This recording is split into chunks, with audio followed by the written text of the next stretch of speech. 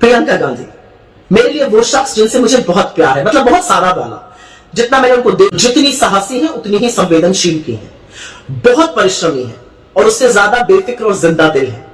असलियत यह है कि उनके साथ काम करना कभी बोझिल लगता ही नहीं है, क्योंकि सारा काम इतनी हंसी खुशी में हो जाता है कि पता ही नहीं चलता है। वो अपने परिवार के लिए शेरनी की तरह डट जाती है और लोगों की आवाज बुलंद तरीके से दुनिया के सामने उठाती है। 2022 के विधानसभा चुनाव में 40% टिकट महिलाओं को देकर उन्होंने राजनीति में एक बहुत लंबी लकीर खींची, एक बहुत बड़ी पहल की।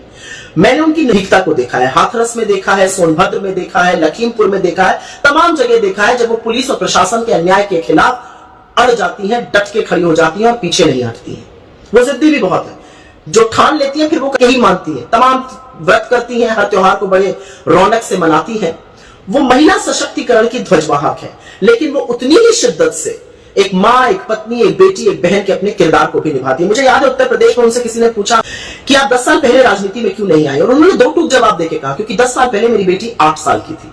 एक बार नवरात्र से माँ के दर्शन करके निकल रही थी, पत्रकार ने पूछ लिया आपने क्या मांगा है, तो उन्होंने हंस के कहा बताया थोड़ी जाता है, फिर खुद ही मुस्कुरा के बोल दिया आज अपने बेटे के लिए प्रार्थना करी।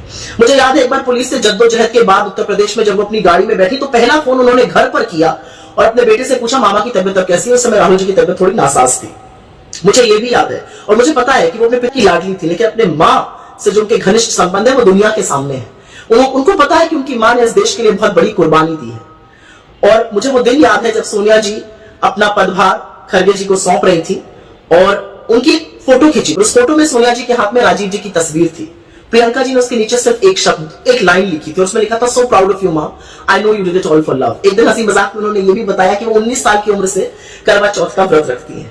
खैर, प्रियंका गांधी अन्याय तो रत्ती भर नहीं सहती है और बेलगाम सत्ताधीशों की नकल कसकर रखना उनके खून में है। भारत की संसद को उनका इंतजार है। उन्होंने संगठन को मजबूत करने के लिए सतत काम किया है। उन्होंने तमाम समस्याएं पर्दे के पीछे रहकर सुलझाई हैं।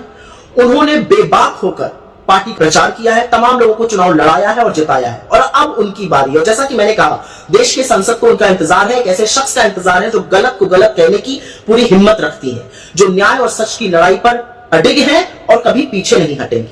वो आधी आबादी की आवाज को संसद में और बुलंद करेंगी, उस आधी आबादी का परचम और पुरजोर तरीके से लहराएंगी जिनके लिए राजनीति अभी भी कठिन है। इस देश की तमाम उम्मीदों का कारवां और बेपनाह मोहब्बत का सैलाब आपसे एक ही बात कह रहा है प्रियंका जी, विजयी भव।